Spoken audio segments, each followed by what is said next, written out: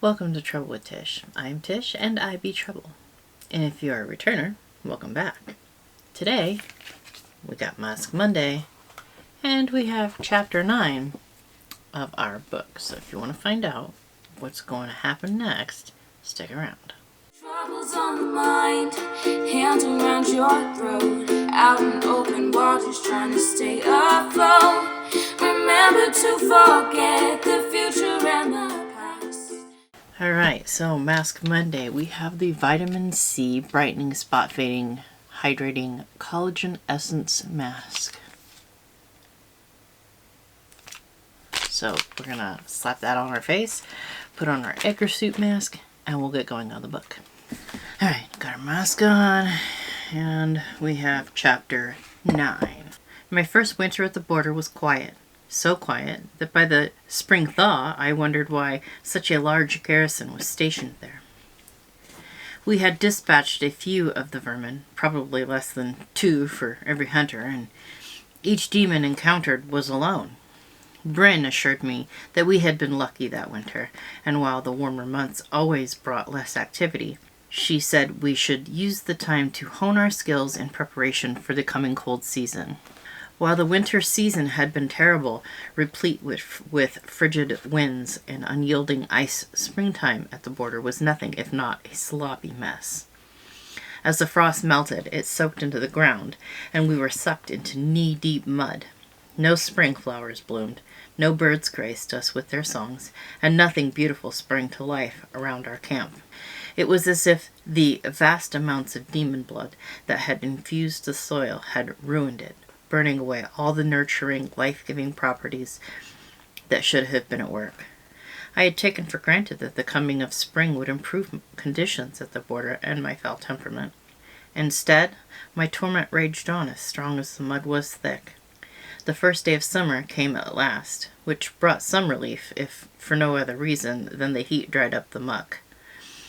Our happiness was short-lived, for as the elder sun rose, we were alerted to a cadre of demons in our barn as they slaughtered our horses. Out of the 30 horses we kept, only 6 survived the attack. Bryn immediately journeyed to Tegernon, as we needed the horses replaced as soon as possible. While she was gone, Kevyn was left in charge, enjoying and abusing his position of authority. The other hunters also enjoyed it when Bryn was away, as no one kept to their scheduled patrols and instead lounged about the longhouse, emptying cask after cask of ale. I did not partake in their revelry, and once Kevyn and his usual companion Laura determined I would not alert Bryn to their behavior, they left me alone. Bryn returned with 15 horses, which she said were all the royal stable could spare at the time. Leading the way was a fine golden mare, easily the most beautiful horse I had ever seen. We all stood around admiring her, and while everyone assumed she was to be Bryn's, it was not so. "She is for you," Bryn told me privately, as I helped her settle the horses into the newly rebuilt stalls. I hardly believed it as I ran my hand over the mare's smooth withers. I had never owned a horse before. The hunters at Tegernon used whichever horse was available, and only Aylmar and Finlay have their own, and the eastern contingent also shared the horses. "Why do I get my own, when others do not?" I asked, entranced by the golden creature before me. "Your first hunter selected her for you," Bryn replied, a hint of jealousy in her voice. "When I told him how you refused to spend time with us in the longhouse, he must have thought you were terribly lonely." She studied my face for any hint of reaction to her words, but I was busy combing my fingers through the mare's thick mane. Undaunted, she continued, "He has named her Enna." "Why Enna?" I wondered aloud, not expecting Bryn to respond. "If you do not know who Enna is to him, you do not know him as well as you think," she said maliciously. I ignored her words, as I had come to understand that Bryn enjoyed the misery of others. I was well aware that she had known Aylmar for nearly 2 centuries longer than I had, possibly longer, and I could accept that at some point he was acquainted with someone named Enna. I was so overjoyed at the Enna before me, and that he still thought of me, still cared for me enough to send me my own horse, for he was well aware of how dearly I loved horses, that I had no interest in my horse's namesake. The rest of the summer passed uneventfully, and Bryn journeyed to Tegernon in the autumn, as she did every year. As soon as she was out of sight on the horizon, Kevyn began to pursue me more relentlessly than he pursued any of our foes. At first, I casually brushed off his advances, but as the days passed, I grew quite tired of him. The third day after Bryn departed, he crept up behind me while I was brushing Enna, attempting to catch me unawares. When I quickly spun around and grabbed his outstretched hand, I shoved him into the rough wooden wall and demanded that he explain himself. "Did Aylmar teach you how to do that?" he asked, his voice muffled by the wood. "Yes," I replied. "He taught me many ways to dispatch vermin."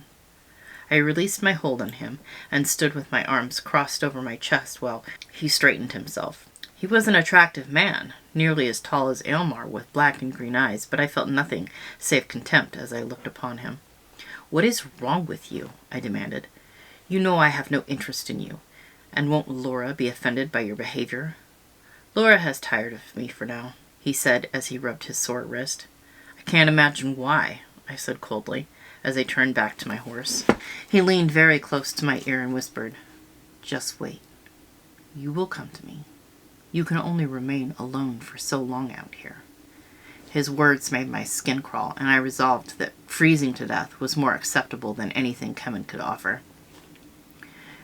Bryn could not return soon enough, and I welcomed the sight of her on the long road from the west.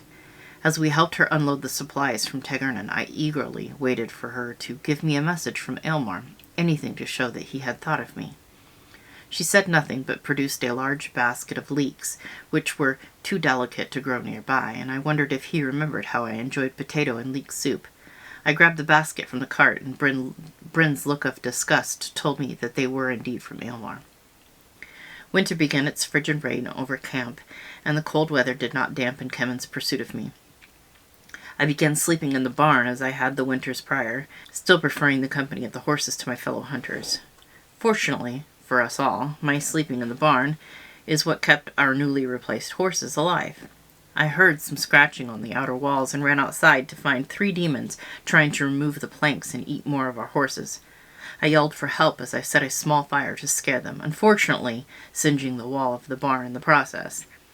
As the others spilled forth from the longhouse, more demons poured up and over the cliff, and we were under full-scale attack.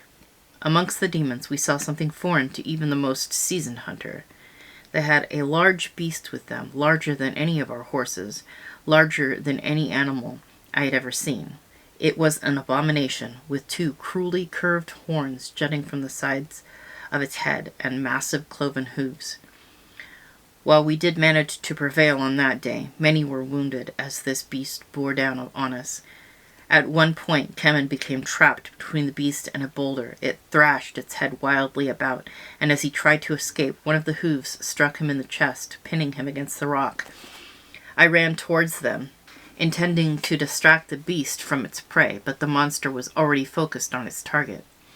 I watched in horror as the horn sliced into him, tearing through his side and leg in what I was certain was a killing blow. I leapt on the beast's back, plunging my sword into its neck and severing its spine. And as I shoved it away, I found that Kevyn somehow survived the terrible gash. His injuries were so grave we did not think he would live through the night, but he managed to pull through. However, he was confined to the longhouse thereafter. After that day, the attacks came in earnest. While the wind howled as strong as ever, I never felt the cold, as the sweat of the battle ran down my face. I hardly slept or ate, and I spent most of my time crouched on the rock, overlooking the longhouse and the canyon below, as I scanned the horizon for any signs of the enemy.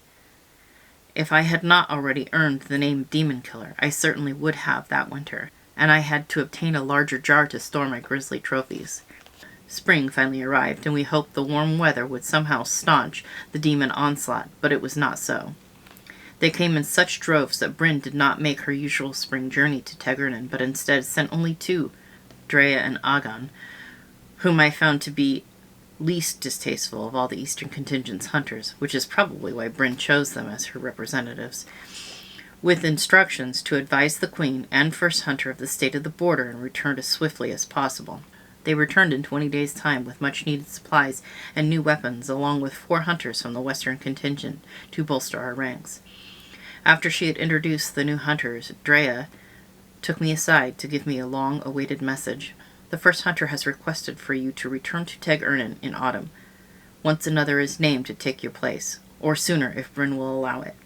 She told me once we were away from the others. I was overjoyed to know that Aylmar still thought of me and was concerned for my return. What if no one is named? I asked.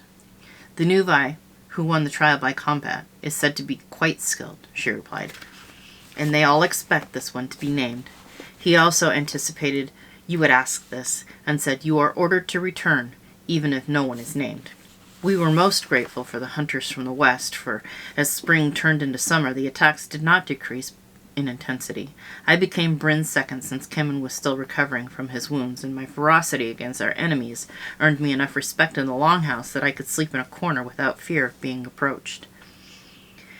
The other hunters began to change their behavior as they followed my direction. They no longer searched for excuses to neglect their patrols and became more vigilant. As we sat around the hearth in the evening, talk changed from the bawdy tales Kevyn would share into stories of past victories. Bryn herself recounted the Battle of Esgarth, and everyone sat in silent awe as she described how Aylmar slew the Morda. Summer's days wore on to autumn, and at last we were graced with a lull in the siege, which made Bryn confident that she could leave us and make her scheduled return to Teg Ernin, both to deliver me and bring back the newly named. I came to her the morning of her departure and told her I wished to remain. But you have completed Adher's time, which was the agreement, she said. I know you do not like it here. Why are you asking to stay? There are too many here for me to leave, I replied. I feel that I am needed, and while you are gone, you will not have Kevyn to oversee things. I am your second. I will remain until the threat has lessened. Bryn thought I was being overly noble, and again drew comparison between my love of misery and Aylmar's own self-flagellation, but agreed that the onslaught was the worst she had seen in years. She traveled to Teg Ernin without me, and when she returned I was overjoyed to learn the new hunter was Aaliyah. I could hardly contain myself as I rushed to greet her, but as I tried to throw my arms around her, she caught my hands and glared me to a halt. We need to speak of things at the palace, she said sternly. Alone. She walked in silence, me not understanding her stiff demeanor. Once we were inside the barn, I tried to introduce her to Enna, for my horse was the only comfort I had at that forsaken outpost. But she grabbed my shoulders. Are you insane? She demanded. Why didn't you return to Teg Ernin? I am needed here, I replied. The demons, forget them, she said. Aylmar is beside himself with fury that you did not return. What? Why? I had not considered that he would be angry with me. Of all people, the first hunter should understand the need for me to remain in light of the increased attacks. I assumed he would be proud of me for taking my assignment seriously. Aaliyah threw up her arms in frustration as I stared in disbelief. Oh, I don't know. Maybe because he gave you a direct order and you ignored him? He was yelling at Bryn in front of the gates, in front of the whole palace, when he learned that she did not bring you back to him. I tried to interject, but she continued. That is not all. He has not done well these past 2 winters away from you. He has become completely miserable and withdrawn, speaking to no one. He is worse than he ever was, much worse than before you came to the palace. Everyone avoids him, and he lashes out at those few foolish enough to approach him. I don't know why he's so lonely when he has a Shara and an Etha, I retorted. I relayed Bryn's tales concerning the 3 of them to Aaliyah, who immediately discounted them as lies. You believe that nonsense? Do you think if he were betting random women in the palace, he would behave this way? Of course he wouldn't. You're letting yourself be swayed by the same gossip you hated in Teg Ernin, she stated firmly. I was quiet for a time, absently raking my fingers through Anna's mane. She is a fine horse, Aaliyah admitted as she stroked her neck. Aylmar sent her to me, I said in a small voice. I'm the only one here with my own horse. You see, she said gently, you are always in his thoughts. It took me days to work up enough courage to speak with Bryn about Aaliyah's words, but once I did, she confirmed them all. My heart sank as I covered my face with my hands. I thought I had done the right thing by staying where I was needed the most, but now I worried that I had ruined things with him forever. To my utter amazement, Bryn offered comfort instead of sarcasm. I told him, once he stopped shouting long enough to hear me, that you stayed to help me, she said as gently as one like her could speak. I think he understood. He was not happy with your choice, but he did understand. I will return you to him in the spring.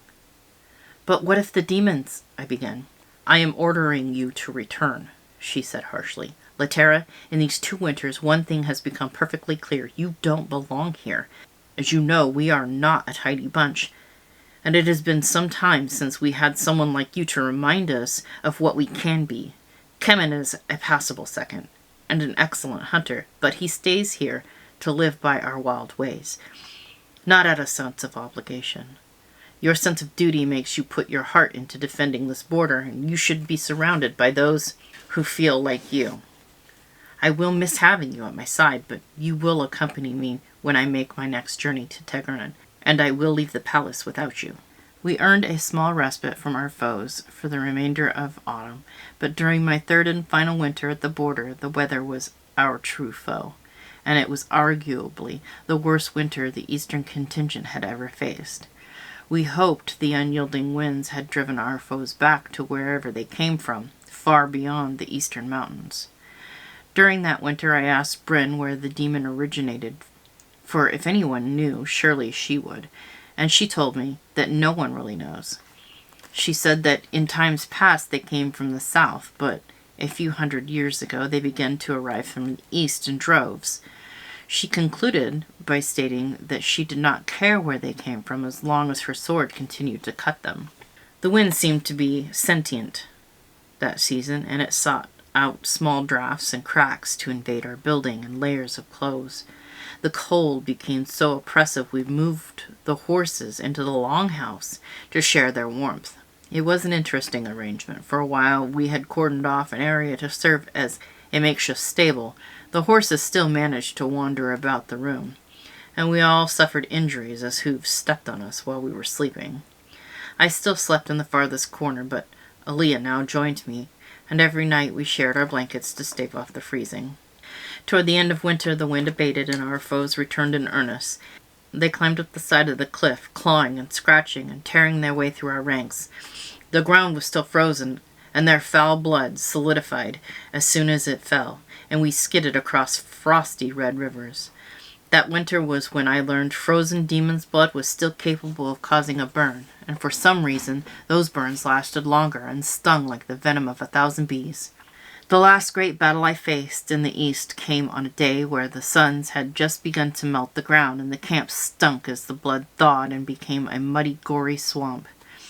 We were trying to set small fires to burn off the blood, but this created billows of black smoke and only worsened the stench.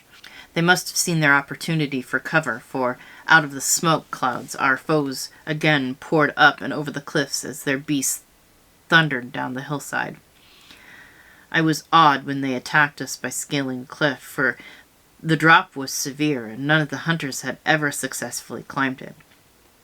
Their numbers were great that day, and while we were pushing them back, our own were being wounded as well, and we changed tactics to fight in pairs. I had already killed 2 of their beasts, which seemed to swing the battle to our favor. Aaliyah and I took a stand by the cliff and fought back to back, when one snaked over the rock ledge and grabbed her by the ankle.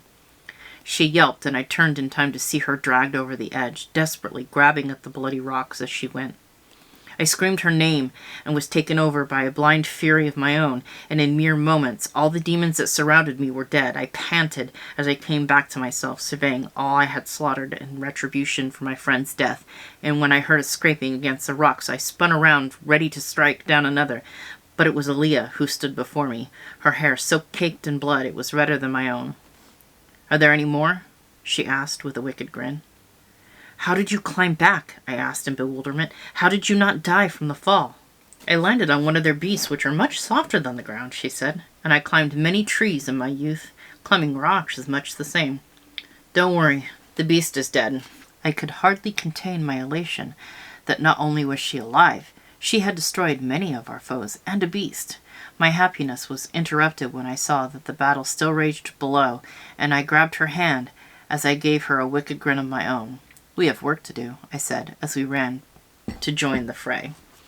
Spring arrived, as it does every year, and I felt bittersweet about the annual change of season. I again petitioned Bryn to let me stay until autumn, but she flatly refused, saying that she will hear no more on the matter, and would tie me up and drag me to Tegernan if she had to. Kevyn was also being returned to the palace for the first time in decades, for while his leg wound healed quickly, much more quickly than the wound to his side, the scar tissue contorted his legs and made it difficult for him to walk without a crutch.